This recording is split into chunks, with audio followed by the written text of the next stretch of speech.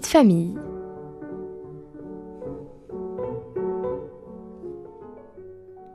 Moi qui ai décidé aujourd'hui de me déplacer en tramway. À quelle heure aura lieu la grève qui risque de perturber le trafic ? J'ai un peu de temps cet après-midi. Comment savoir s'il n'y aurait pas une conférence ou quelque chose à visiter qui pourrait m'intéresser ? Et ben voilà des questions auxquelles vous pourriez peut-être, chers auditeurs, trouver réponse grâce aux médias L'Essentiel Nantes dont on va parler aujourd'hui dans Vie de famille. Donc je vous propose de découvrir ce média grâce à notre invitée Chloé Chamouton. Bonjour Chloé. Bonjour. Qui est sa rédactrice en chef. Donc merci à vous d'être parmi nous, Chloé. Une émission aujourd'hui, Vie de famille, présentée par Isabelle Boulan.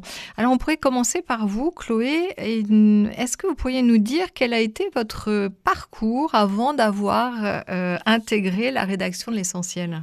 Alors moi j'ai un parcours un petit peu atypique.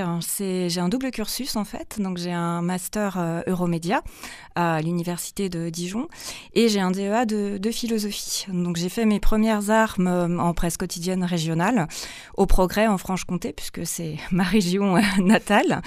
Et puis pendant 2 ans j'ai été rédactrice en chef de 2 mensuels gratuits, donc toujours sur la Franche-Comté, avant de rejoindre mon mari sur la région nantaise du coup, et de me lancer dans la pige, mais également dans tout ce qui était enseignement, parce que ça faisait aussi partie de ce qui m'animait, la transmission, on va dire.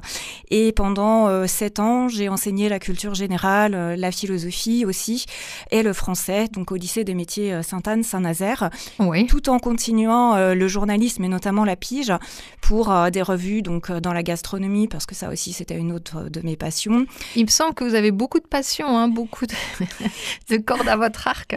C'est le propre du journaliste, c'est la curiosité. Et oui, donc il y a aussi tout ce qui est lié à la bonne nourriture, au terroir aussi, je crois, au patrimoine. Oui, le patrimoine, le terroir, puisque à côté, cette passion m'a conduit à écrire des ouvrages sur tout ce qui était croyance aussi du territoire, les mystères et les légendes. Donc j'ai pu aussi développer tout ça dans des ouvrages pour différentes maisons d'édition. Et tout ça en parallèle, en mêlant journalisme, philo et patrimoine. Oui, c'est une vie bien remplie. Et comment est-ce que vous êtes arrivé à l'essentiel ? Qu'est-ce que c'est d'abord l'Essentiel Nantes ? Alors l'Essentiel Nantes, faut rappeler que ça fait partie d'un groupe qui s'appelle l'Essentiel Média et que l'Essentiel Média a lancé donc la première newsletter à Bordeaux en novembre 2022 et a ensuite développé ce concept de newsletter sur les métropoles. Donc Nantes est la 5e ville en fait à avoir ouvert donc en novembre 2023, ce qui est encore relativement oui, récent. C'est récent. Ouais. Et le principe, c'est à 6h tous les matins dans votre boîte mail, vous recevez l'essentiel de ce qui se passe sur la ville et sur la métropole en 5 articles, donc du lundi au vendredi, pour vous informer de ce qui se passe le jour même. Parce que c'est le concept, c'est le quotidien de l'actualité du jour. Justement, c'est ça qui est intéressant, c'est un petit peu l'originalité de l'essentiel, c'est ça, c'est le fait que ce soit vraiment tout ce qui va se passer en principe dans la journée. Exactement, c'est vraiment ce qui nous démarque des autres médias locaux qui font un travail formidable, mais nous le concept, la ligne éditoriale, c'est vraiment on informe notre lectorat de ce qui va se passer le jour même dans la ville, alors sur des sujets très variés, ça peut être aussi bien la gastronomie qu'un forum, que de la santé, une conférence par exemple sur le cancer, sur des événements de sensibilisation ou alors des ouvertures de restaurants. Donc ça reste extrêmement divers, mais on informe sur ce qui se passe le jour même dans la ville. Voilà, et ça peut intéresser justement nos auditeurs qui écoutent Vie de famille, parce que c'est tout à fait, on imagine les informations dont on a besoin pour organiser sa journée. C'est ça, c'est vraiment le matin, vous ouvrez l'essentiel et vous savez un petit peu ce qui se passe. Et du coup, pour les familles, c'est tout à fait fait intéressant parce qu'on a aussi des idées de sorties pour tout public. Ça peut être des sorties familiales, musique, théâtre, voilà, ou alors dîner, chasse aux œufs. Dernièrement, on a fait aussi. Donc, c'est vraiment, ça permet aux familles d'être au courant. Et puis surtout d'avoir une vision, je dirais, synthétique, essentielle pour le coup, et condensée. Oui, alors parlons-en justement du fait que ce soit extrêmement synthétique, les articles, la taille des articles, par exemple. Alors, on est sur un feuillet, c'est-à-dire 1500 signes à peu près, donc sur des articles qui sont relativement courts. Donc, c'est une information qui est factuelle, gratuite aussi, je le redis, parce que voilà, c'est quand même à l'heure où les médias deviennent payants, on offre aussi cette possibilité-là à nos lecteurs. Entièrement gratuit. Entièrement gratuit. Il suffit juste de rentrer son adresse mail et puis vous recevez la newsletter gratuitement. Donc c'est vrai que cette information, elle est positive aussi. Ça permet encore une fois d'être synthétique, positif et puis d'informer sans chichi, sans blabla de ce qui se passe. Je crois que tout ce qui est politique, tout ce qui est les faits divers et tout ça, ça n'apparaît pas dans l'essentiel. Alors non, ça aussi, ça fait vraiment partie de la ligne éditoriale qui a été voulue par nos fondateurs, c'est qu'on ne traite pas de politique nationale. Ça ne veut pas dire qu'on ne traite pas de politique de la ville, parce que en effet, on aborde tout ce qui va être travaux, urbanisme, aménagement, voirie, tout ça, ça intéresse directement nos lecteurs qui se déplacent, qui roulent, qui empruntent le périphérique le matin et qui se disent « Ah bah là, voilà, on sait qu'il y a des travaux », donc tout est en lien forcément avec une politique territoriale, mais c'est concernant pour notre lectorat. Après, tout ce qui va être politique, élection, on ne rentre pas dans ces débats-là. Même chose pour les faits divers. On a des confrères qui font très bien leur travail par rapport à tout ça et on les laisse faire sur ce terrain. Nous, c'est pas encore une fois, c'est vraiment pas notre plus-value, c'est vraiment d'être sur cette information positive, factuelle et gratuite. Et puis, j'irais peut-être même un peu plus loin, c'est aussi, vu qu'on parle de territoire, c'est de valoriser un peu toutes les initiatives positives qui existent sur le territoire et finalement qui ne sont pas toujours mises en évidence pour X raisons dans les colonnes de nos autres médias parce que voilà, il y a d'autres choix éditoriaux. Il y a des choix qui sont faits. Oui. Mais nous, c'est vraiment ça. C'est autant aller sur des associations que sur des personnalités qui œuvrent en faveur de Nantes et de la métropole, que des startups aussi qui créent des produits atypiques, innovants. Et tout ça, c'est vraiment ce qui nous anime, en fait, nous aussi, à l'essentiel. Oui. Et je voudrais revenir sur l'espace géographique. Vous dites métropole. Oui, alors on a Nantes, évidemment, et les 24 communes de la métropole. C'est vraiment, on occupe ce territoire-là. Donc, on essaie d'aller dénicher les informations toujours du jour, bien évidemment, qui se déroulent sur les métropoles. Donc, ça suppose une veille constante sur ce qui se passe. Et vous parliez d'un concept, de l'information quotidienne. Quels sont les fondateurs de ce concept ? Alors, les fondateurs, donc nous avons Jean-Michel Arnaud, qui est président du Palais des Congrès de Cannes, et puis nous avons Jean-Christophe Thierry, donc qui lui travaille à Canal+. Et ce sont les deux qui ont initié ce concept en se basant sur un modèle qui est le modèle d'Axios, en fait, qui utilise ce concept de newsletter avec des intertitres qui sont aussi très courts, très punchy aussi, dans le sens où ça donne envie au lecteur de lire, d'aller rapidement vraiment trouver l'information en fonction de ses attentes et en fonction de ce qu'il a envie de lire dans l'essentiel. Parce qu'il a quand même le choix, il y a 5 articles. Donc même si tout ne lui plaît pas, il va forcément trouver quelque chose qui va lui convenir dans ce qu'on propose. D'accord. Et justement, à propos de l'information, est-ce que c'est factuel ou c'est analysé au final ? Alors, on a un peu des deux. C'est-à-dire que sur les 5 articles, on va avoir des articles où on analyse dans le sens où on fait vraiment, on met en contexte, on contextualise.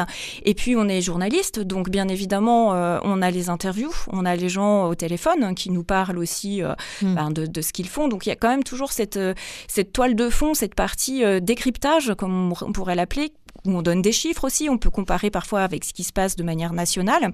Et puis, il y a des choses plus factuelles. C'est vrai que typiquement, quand on annonce un festival, on ne va pas être dans de l'analyse. On annonce le festival, le programme. Voilà, ça reste des articles qui sont assez légers, mais encore une fois, qui permettent vraiment au lecteur d'avoir les informations nécessaires s'il veut se déplacer à ce festival. Oui, ou l'ouverture d'un restaurant, par exemple. Ou l'ouverture d'un restaurant. Voilà, sauf si après, c'est une grande chaîne et qu'on peut mettre en perspective. Mais voilà, on essaie d'avoir ce juste milieu pour, encore une fois, ne pas lasser les gens, puisque c'est une information qui doit se lire rapidement. Exactement. Vous dites que vous êtes jeune, vous êtes un média qui est jeune, et la ligne éditoriale, elle est la même depuis le début de l'essentiel, ou alors ça a changé, ça a évolué? Alors, la ligne éditoriale, le concept du quotidien de l'actualité du jour reste le même. Après, évidemment, on se renouvelle un petit peu au niveau du rubricage, c'est-à-dire que on a dans nos articles, l'article 5, qui va être un peu plus éditorialisé dans le sens où on a mis en place le portrait, la bonne idée, l'entretien. Vous avez des exemples? Alors, par exemple, sur l'entretien, la dernière fois, on a fait quelqu'un à l'aéroport qui utilise des rapaces en fait pour chasser les oiseaux au niveau des avions en fait. Donc ça, par exemple, c'est un entretien pour comprendre en fait un petit peu la façon dont il fonctionne. Donc c'est un fauconnier. Dans les portraits, on va avoir aussi bien des portraits d'un brasseur que des portraits d'une personnalité nantaise qui œuvre en faveur de la ville. Et puis dans les bonnes idées, on va avoir au niveau des associations, ça peut être un café qui fait laverie, ça peut être où aller cueillir ses fruits et légumes pendant la période estivale. Voilà, toutes des petites idées en fait comme ça qui vont permettre aux gens de se dire ah oui ça existe et puis on peut faire ça. Donc c'est un peu ça. Et puis on a aussi les rendez-vous du week-end le vendredi, étant donné qu'on ne sort pas le samedi et le dimanche. Oui, ça s'arrête le vendredi voilà. en fait. Ça s'arrête le vendredi, mais pour quand même que les gens soient au courant de ce qui se passe sur samedi et dimanche, on a ces rendez-vous avec les temps forts principaux du week-end. Très bien, le temps passe vite, ça va être le temps de notre pause musicale et vous avez choisi? J'ai choisi Il pleut sur Nantes de Barbara. Il pleut sur Nantes, donne-moi la main, le ciel de Nantes rend mon cœur chagrin. Un matin comme celui-là, il y a juste un an déjà, la ville avait un blafard. Lorsque je sortis de la gare, Nantes m'était alors inconnue, je n'y étais jamais venue. Il avait fallu ce message pour que je fasse le voyage. Madame, soyez au rendez-vous, 25 rue de la Grange au Loup. Faites vite, il y a peu d'espoir. Il a demandé à vous voir à l'heure de sa dernière heure. Après bien des années d'errance, il me revenait en plein cœur. Son cri déchirait le silence. Depuis qu'il s'en était allé, longtemps je l'avais espéré. Ce vagabond se disparut, voilà qu'il m'était revenu. 25 rue de la Grange au Loup, je m'en souviens du rendez-vous. J'ai gravé dans ma mémoire cette chambre au fond d'un couloir. Assis près d'une cheminée, j'ai vu 4 hommes se lever. La lumière était froide et blanche, ils portaient l'habit du dimanche. Je n'ai pas posé de questions à ces étranges compagnons.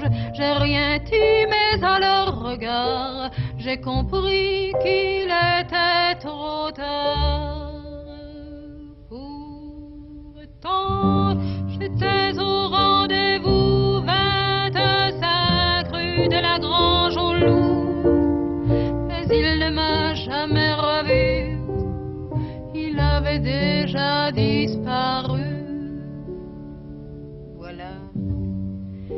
connais l'histoire. Il était revenu un soir, et ce fut son dernier voyage, et ce fut son dernier rivage. Il voulait avant de mourir se réchauffer à mon sourire, mais il mourut à la nuit même, sans un adieu, sans un je t'aime. Au chemin qui longe la mer, couché dans un jardin de pierre, je veux que tranquille il repose à l'ombre d'une rose rose. Mon père, mon père.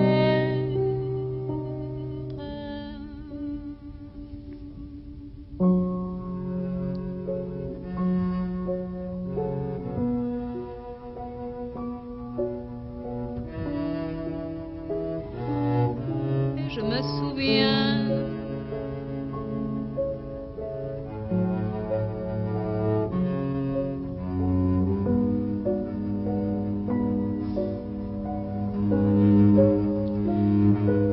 donne-moi ta main.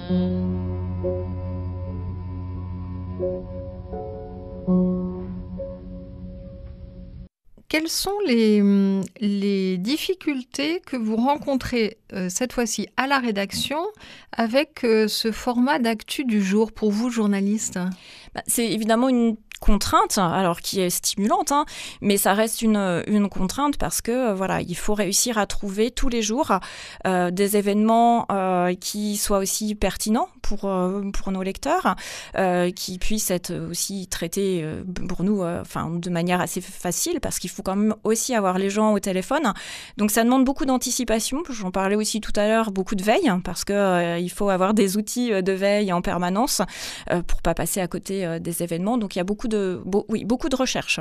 Et vous êtes toute seule à faire tout ça ? Alors oui, on est en fait, c'est le principe aussi, c'est un rédacteur ou une rédactrice en chef dans chaque métropole, puisqu'il y a 15 métropoles qui sont vraiment développées sur le groupe. Et après, on est entouré d'une équipe de pigistes que l'on choisit.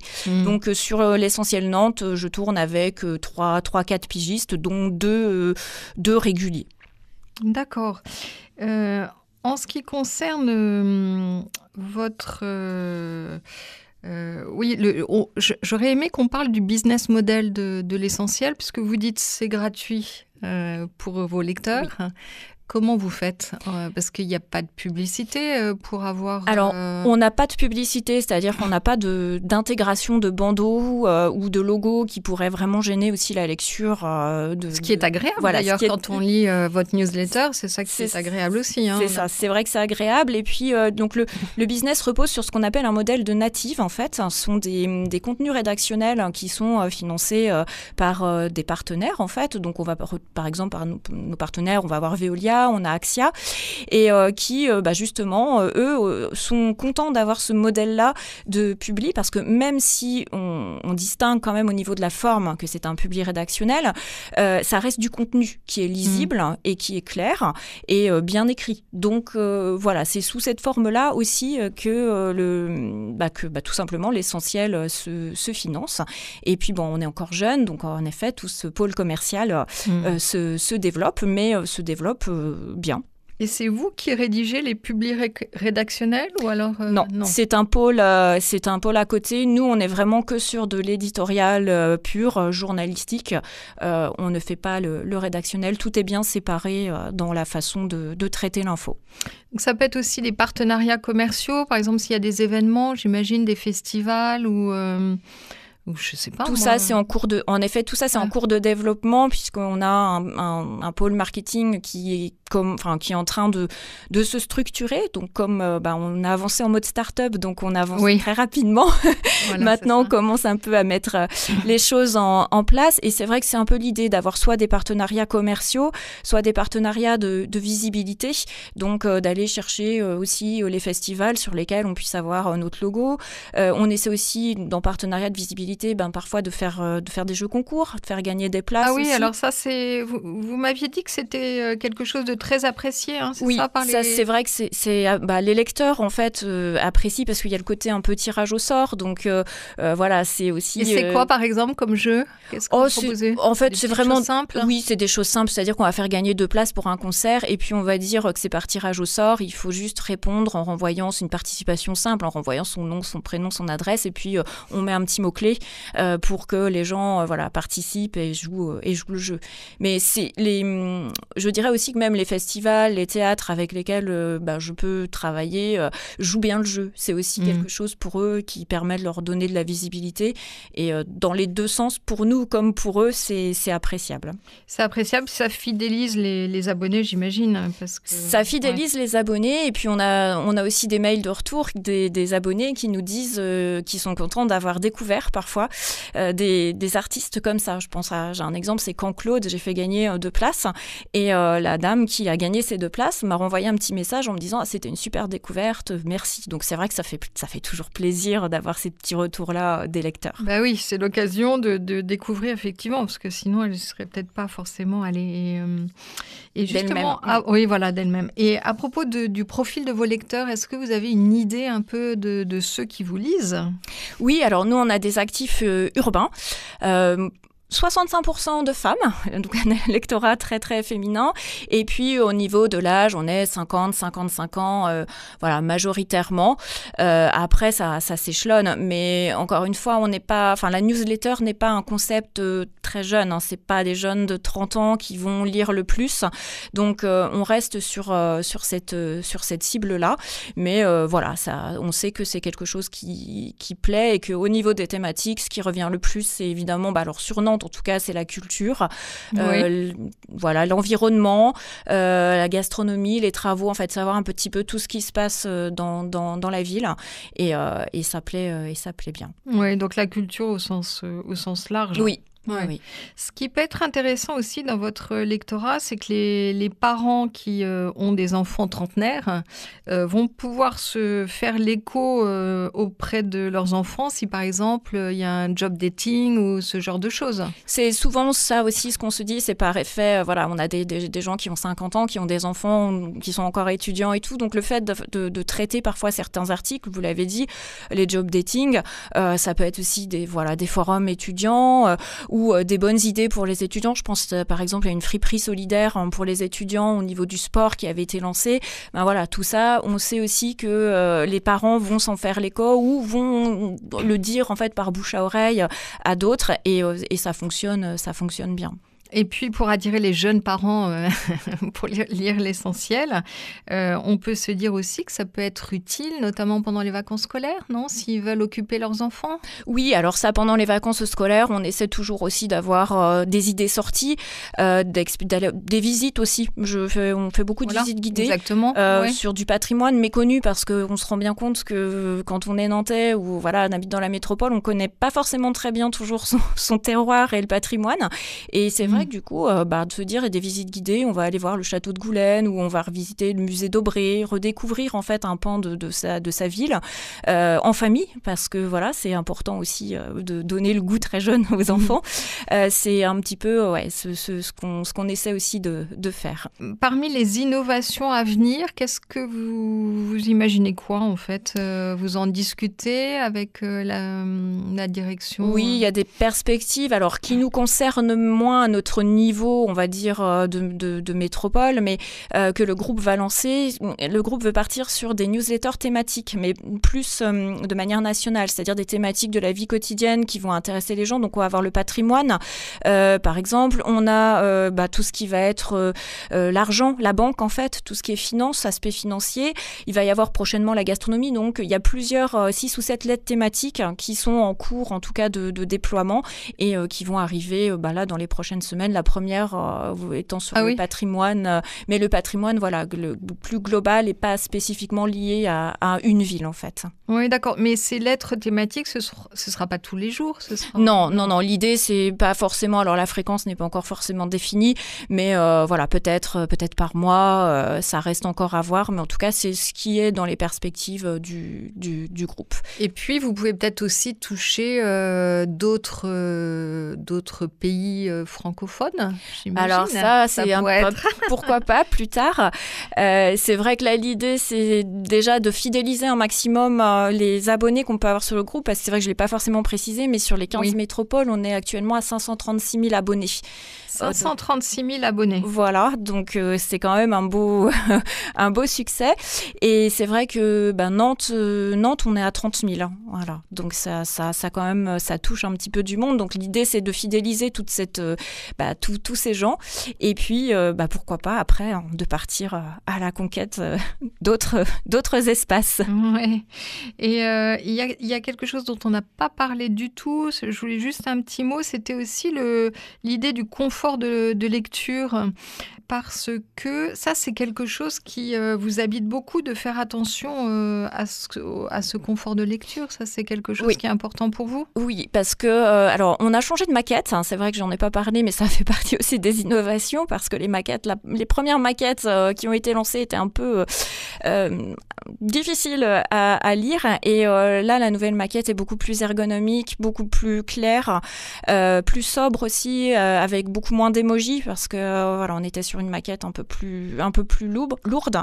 Donc là, on a été un peu davantage dans la sobriété, parce qu'on sait très bien qu'encore une fois, les gens, quand ils lisent à 6 heures, ils sont soit dans le tram, soit ils sont en train de prendre leur petit déjeuner, donc ils scrollent vraiment sur leur tablette, ou majoritairement les téléphones.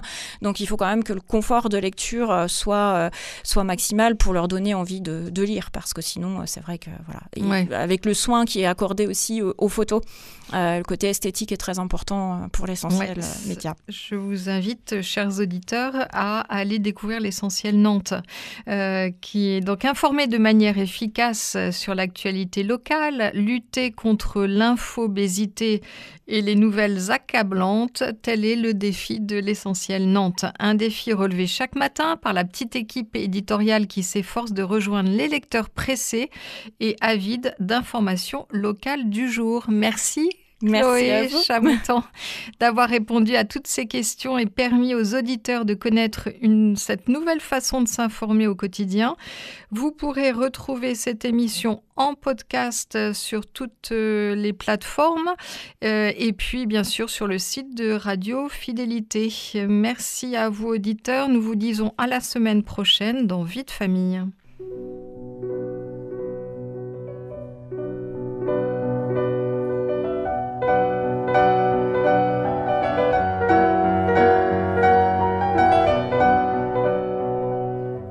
C'était Vie de famille.